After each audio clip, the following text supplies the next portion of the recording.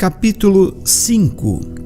E assim atravessaram o mar e foram para a região dos Gerazenos. Logo que Jesus desceu do barco, veio dos sepulcros, caminhando ao seu encontro, um homem possuído por um espírito imundo. Esse homem vivia em meio aos sepulcros, e não havia quem conseguisse dominá-lo, nem mesmo com correntes.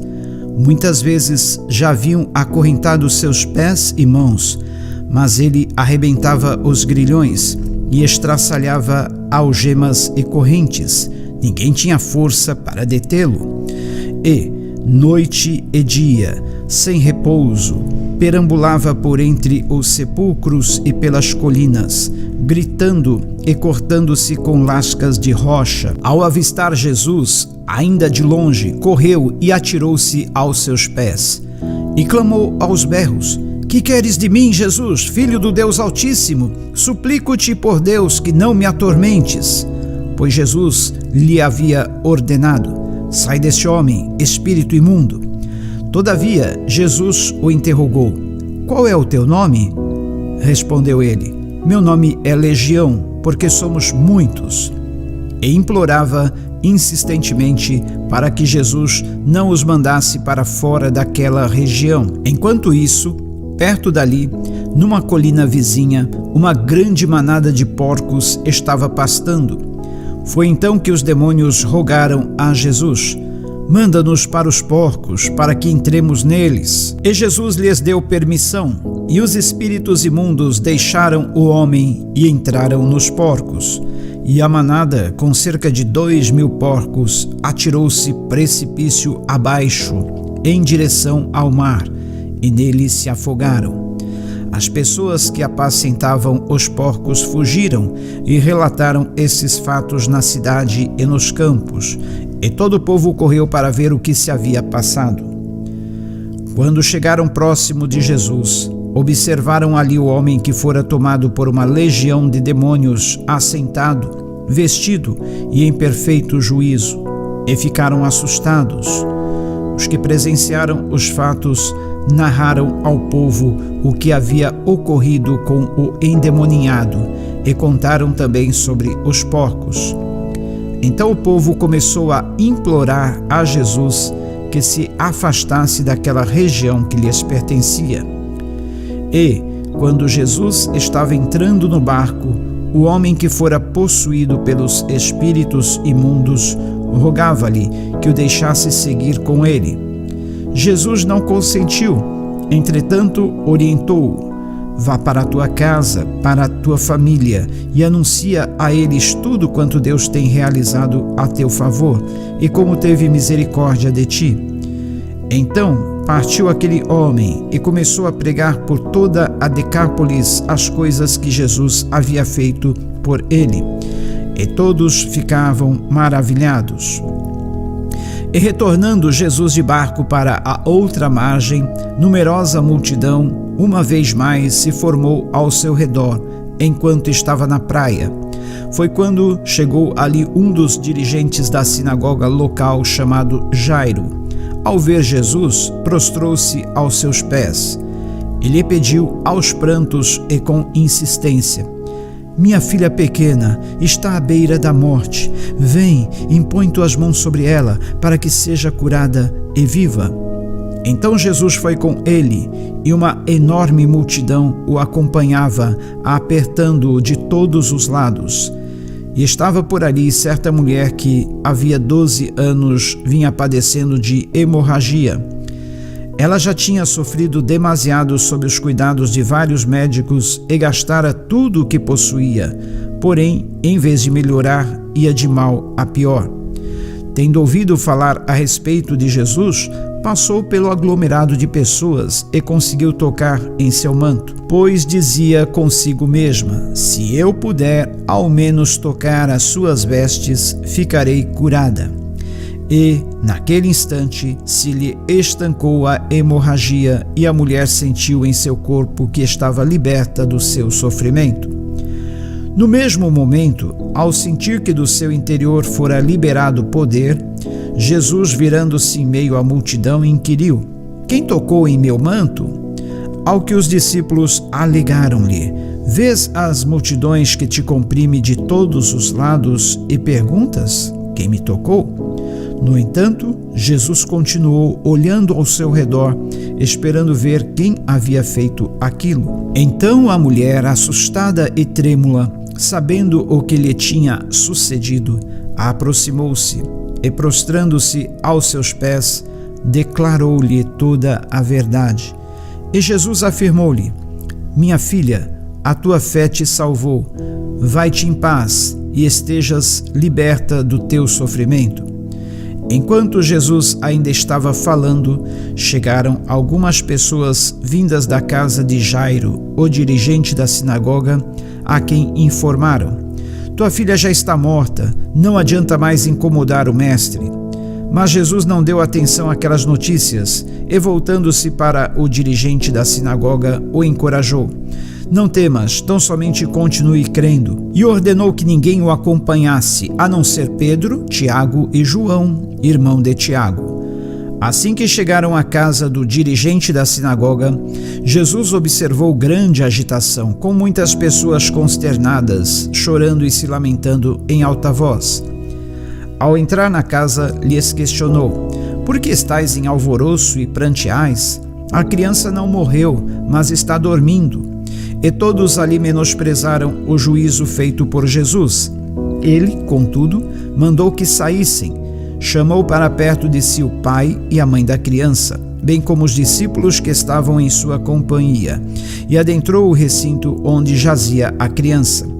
Então, pegando na mão da menina, ordenou em aramaico: Talita cumi, que significa: filhinha, eu te ordeno, levanta-te.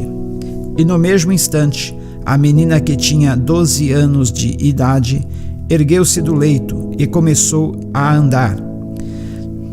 Diante disso, todos ficaram assombrados. Então Jesus lhes recomendou expressamente para que nenhuma outra pessoa viesse a saber do que havia presenciado. E mandou que dessem algo de comer à menina. Capítulo 6. Então partiu Jesus dali e foi para sua terra natal, na companhia dos seus discípulos.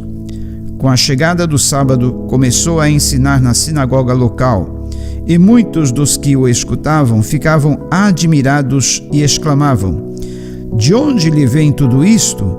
E que sabedoria é esta que lhe foi outorgada? Não é este o carpinteiro, filho de Maria e irmão de Tiago, José, Judas e Simão? E não convivem conosco suas irmãs? E ficaram escandalizados por causa dele. Contudo, Jesus lhes afirmou: somente em sua própria terra, junto aos seus parentes e em sua própria casa, é que um profeta não é devidamente honrado. E, por isso, não podia realizar ali nenhum milagre, com exceção feita a alguns doentes que, ao impor de suas mãos, foram curados. E perplexo, com a falta de fé por parte dos seus, passou a percorrer os povoados vizinhos e os ensinava.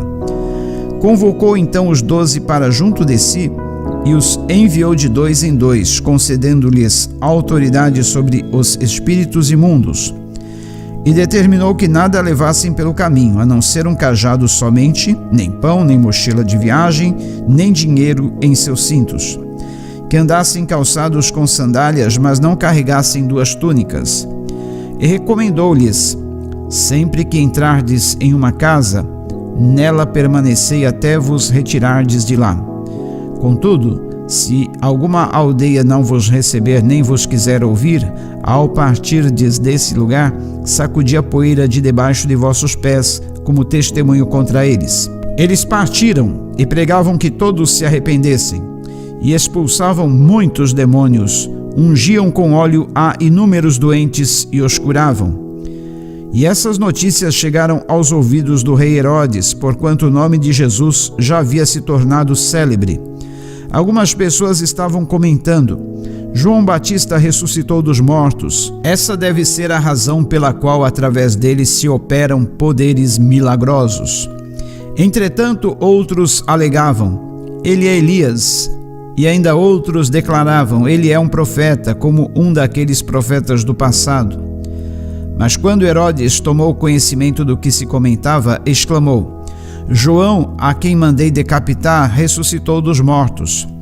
Porque o próprio Herodes havia expedido as ordens para que prendessem João e o acorrentassem no cárcere por influência de Herodias, esposa de Filipe, seu irmão, com a qual viera a se casar. Pois na ocasião João havia admoestado a Herodes: não te é lícito viver com a mulher do teu irmão. E por esse motivo Herodias o odiava e tensionava matá-lo, contudo não conseguia realizar seu intento. Porquanto Herodes temia a João, e sabedor de que era um homem justo e santo, o protegia. E quando o ouvia, ficava admirado e o escutava com prazer. Finalmente Herodias teve a ocasião oportuna que ansiava. No dia do aniversário dele, Herodes ofereceu um banquete aos seus líderes mais destacados, aos comandantes militares e às principais personalidades da Galileia. E aconteceu que a filha de Herodias se apresentou dançando e muito agradou a Herodes e aos convidados. Então o rei brindou a jovem: pede-me o que desejares e eu te darei. E sob juramento lhe assegurou: se pedires, ainda que seja a metade do meu reino, eu te darei. Diante disso, saiu a moça e consultou sua mãe: o que devo pedir? Ao que ela recomendou: a cabeça de João Batista. Sem demora, retornando imediatamente à presença do rei, formalizou seu pedido: quero que me des agora mesmo a cabeça de João Batista sobre um prato. Então, grande angústia sobreveio ao rei, mas devido ao juramento que fizera e aos convivas que se reclinavam ao redor da sua mesa, não quis deixar de atendê-la. Mandou, portanto, imediatamente um carrasco com ordens para trazer a cabeça de João. O executor foi e decapitou João na prisão, e trazendo a cabeça de João sobre um prato, a entregou à jovem, e esta em seguida a ofereceu à sua mãe. Assim que souberam do fato, os discípulos de João foram até lá, resgataram o corpo e o depositaram em um sepulcro. Retornaram os apóstolos e reuniram-se com Jesus para lhe relatar tudo quanto haviam realizado e ensinado. Então convidou-lhes Jesus: vinde somente vós comigo para um lugar deserto e descansai um pouco, pois a multidão dos que chegavam e partiam era tão grande que eles sequer tinham tempo para comer.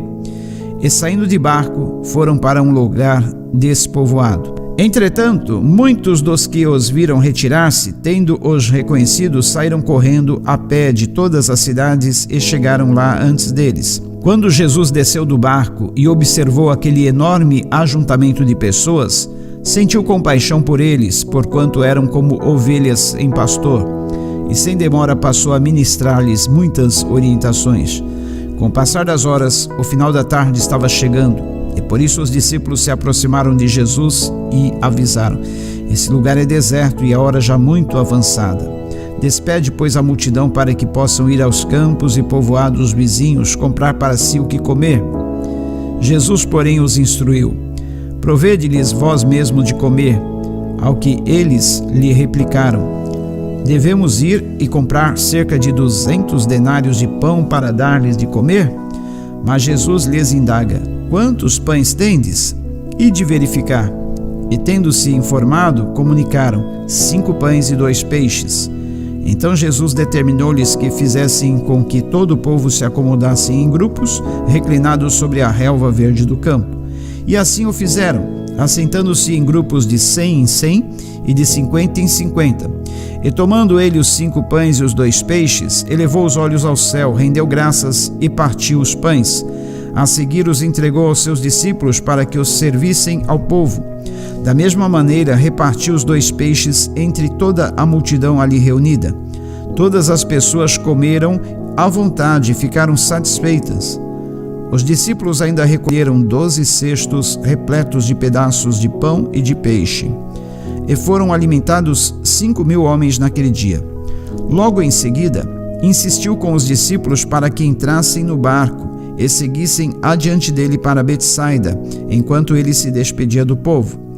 Tendo-o despedido, subiu a um monte para orar. Chegando à noite, o barco estava no meio do mar e Jesus encontrava-se sozinho em terra. Ele notou que os discípulos remavam com dificuldade, pois o vento soprava contra eles. Em plena madrugada, Jesus vinha na direção deles, andando sobre o mar, e já estava prestes a passar por eles. Assim que o viram caminhando sobre as águas, logo pensaram se tratar de um fantasma, e por isso gritaram, pois todos o tinham visto e ficaram apavorados. Contudo, Jesus lhes anunciou: tende coragem, sou eu, não tenhais medo. Então logo subiu no barco para junto deles, e o vento se acalmou, e eles ficaram pasmos. Afinal, eles nem tinham entendido o milagre dos pães, porquanto seus corações se mantinham endurecidos. Depois de atravessarem o mar, chegaram a Genezaré e ali aportaram. Logo que desembarcaram, o povo reconheceu Jesus. Multidões viajavam por toda aquela região, levando seus enfermos em macas para onde ouviam que ele estava. E onde quer que ele fosse ministrar, povoados, cidades ou campos, a população trazia os doentes para as praças e imploravam-lhe que pudessem ao menos tocar na borda do seu manto, e todos os que nele tocavam eram curados. Capítulo 7. E ocorreu que alguns mestres da lei e fariseus, vindos de Jerusalém, reuniram-se em volta de Jesus. Observaram que alguns dos seus discípulos comiam os pães com as mãos impuras, isto é, sem lavá-las, pois os fariseus e todos os judeus não se alimentam sem lavar as mãos de forma cerimonial, preservando a tradição dos antigos. Quando chegam da rua, não tocam nos alimentos sem antes se banharem. Além disso, há muitos outros costumes que guardam, tais como o lavar de copos, jarros e vasilhas de metal. Então os fariseus e os mestres da lei questionaram a Jesus: por qual razão os teus discípulos não andam em conformidade com a tradição dos anciãos, mas tomam o pão com mãos impuras? Ele, entretanto, lhes afirmou: bem profetizou Isaías a respeito de vós, hipócritas, pois assim está escrito: este povo me honra com os lábios, mas o seu coração está longe de mim. Em vão me adoram, as doutrinas que ensinam não passam de ordenanças humanas. E assim abandonais o mandamento de Deus, apegando-vos às tradições dos homens. E acrescentou-lhes: sabeis sempre encontrar um meio de negligenciar os mandamentos de Deus, com o propósito de estabelecerdes a vossa própria tradição. Porquanto Moisés afirmou: honra teu pai e a tua mãe, e mais, quem amaldiçoar a seu pai ou a sua mãe será condenado à pena de morte. Contudo, vós afirmais: se uma pessoa disser a seu pai ou a sua mãe: os bens com os quais eu vos poderia ajudar são corbã, isto é, uma oferta dedicada ao Senhor, vós o desobrigais do dever de prestar qualquer ajuda de que seu pai ou sua mãe necessite. Assim conseguis anular a eficácia da palavra de Deus por intermédio da tradição que vós próprios tendes transmitido. E, dessa maneira, procedeis em relação a vários outros assuntos. Jesus conclamou novamente a multidão para junto de si e lhes anunciou: ouvi-me, todos, e entendei. Nada existe fora da pessoa humana que, entrando nela, a possa tornar impura. Ao contrário, o que sai do ser humano é o que o faz impuro. Se alguém tem ouvidos para ouvir, ouça. Então, após haver deixado a multidão e entrando em casa, os discípulos lhe pediram uma explanação sobre aquela parábola, ao que ele lhes declarou: ora, pois nem vós tendes tal entendimento? Não conseguis compreender que nada que entre no homem tem o poder de torná-lo impuro? Porque efetivamente não entra em seu coração, mas sim em seu estômago, sendo digerido e depois expelido. Ao fazer esta afirmação, Jesus proclamava puros todos os alimentos. E disse mais: o que sai do ser humano é o que o torna impuro.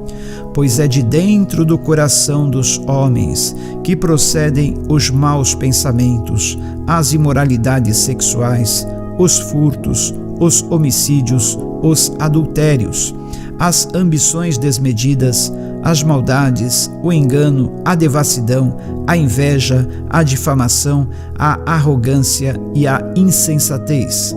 Ora, todos esses males procedem do interior, contaminam a pessoa humana e a tornam impura. Então partiu Jesus daquele lugar e foi para os arredores de Tiro e de Sidom. Entrou em uma casa e desejava que ninguém o soubesse, porém não foi possível manter sua presença em segredo. De fato, assim que ouviu falar sobre ele, certa mulher cuja filha pequena estava com um espírito imundo, chegou e atirou-se aos seus pés. A mulher era grega, de origem cirofenícia, e implorava a Jesus que expulsasse de sua filha o demônio. Mas Jesus lhe explicou: deixa primeiro que os filhos se alimentem até ficarem satisfeitos, pois não é justo tirar o pão dos filhos e lançá-lo aos cachorrinhos. Ao que replicou-lhe a mulher: sim, Senhor, mas até os filhotes dos cães debaixo da mesa comem das migalhas das crianças. Então lhe declarou: por causa dessa tua resposta, podes ir em paz, o demônio já saiu de sua filhinha. Ao retornar ela para sua casa, encontrou a criança jogada sobre a cama, pois o demônio a havia abandonado. Outra vez, saindo Jesus das terras de Tiro, seguiu em direção ao mar da Galileia, passando por Sidom e atravessando a região de Decápolis. Então, algumas pessoas lhe apresentaram um homem que era surdo e mal podia falar. E lhe suplicaram que impusesse sua mão sobre ele. Jesus conduziu o homem a sós para longe da multidão e colocou os dedos nas orelhas dele. Em seguida, cuspiu e tocou na língua daquele homem. Depois, levantando os olhos para o céu e com um profundo suspiro, ordenou: Efatá, que quer dizer abre-te. Imediatamente, os ouvidos do homem se abriram. Sua língua desprendeu-se e ele começou a falar fluentemente. Entretanto, Jesus ordenou-lhes que não dissessem a ninguém o que ali se passara. Contudo, quanto mais ele recomendava, tanto mais eles o divulgavam. As multidões ficavam sobremodo maravilhadas e proclamavam: ele faz tudo de forma esplêndida, faz tanto os surdos ouvirem como os mudos falarem. Capítulo 8. Naqueles dias, uma grande multidão novamente se ajuntou, e não tendo as pessoas com o que se alimentar, chamou Jesus os discípulos e lhes compartilhou: tenho compaixão desta multidão, já se passaram 3 dias que estão comigo e não tenho o que comer. Se eu os enviar de volta às suas casas em jejum, vão desfalecer pelo caminho, pois alguns deles vieram de longe. Entretanto, os discípulos alegaram: onde neste lugar desabitado seria possível alguém conseguir pão suficiente para alimentar a todos? Indagou-lhes Jesus: quantos pães tendes? Ao que afirmaram eles: 7. Então ele orientou o povo a reclinar-se sobre o chão. E, após tomar os 7 pães e dar graças, partiu-os e os entregou aos seus discípulos, para que estes servissem a multidão. E assim foi repartido entre todas as pessoas. Havia também alguns peixes pequenos. Da mesma forma, ele deu graças e ordenou aos discípulos que os distribuíssem. Todas as pessoas ali reunidas comeram até se saciar e ainda recolheram 7 cestos grandes, cheios de pedaços que sobraram. Na multidão havia cerca de 4.000 homens. Então Jesus despediu-se do povo. Logo depois entrou no barco com seus discípulos e dirigiu-se para a região de Dalmanuta. Os fariseus se aproximaram e começaram a questionar Jesus. Então o tentaram e, para prová-lo, pediram que lhes apresentasse um sinal miraculoso do céu. No entanto, Jesus suspirou profundamente e lhes afirmou: por que pede esta geração um sinal dos céus? Com certeza vos asseguro que para esta geração não haverá sinal algum. E deixando-os, voltou a embarcar e rumou para o outro lado. Aconteceu que os discípulos se esqueceram de levar pães, e no barco tinham consigo apenas um único pão.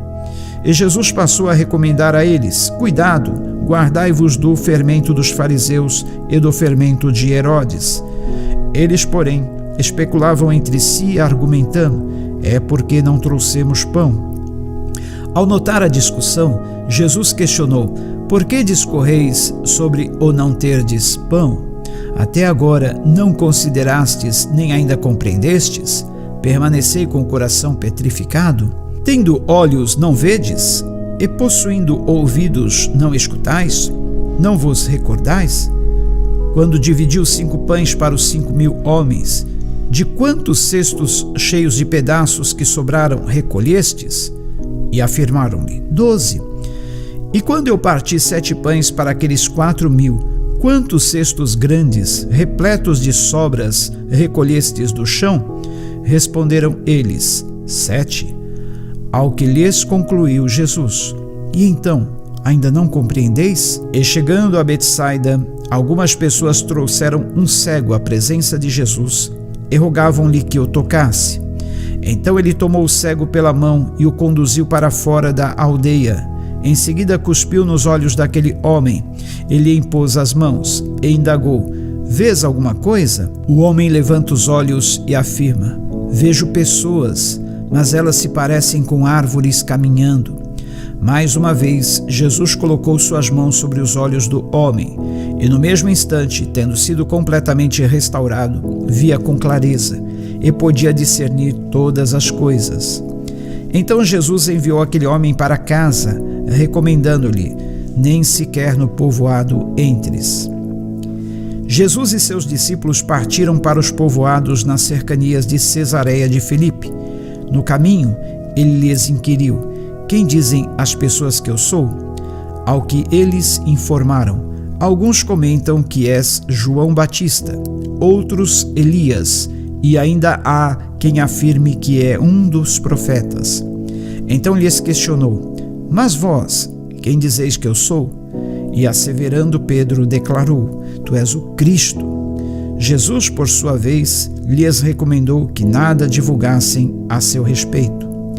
Então passou Jesus a ensinar-lhes que era imperioso que o Filho do Homem fosse vítima de muitos sofrimentos, viesse a ser rejeitado pelos líderes religiosos, pelos chefes dos sacerdotes e pelos mestres da lei.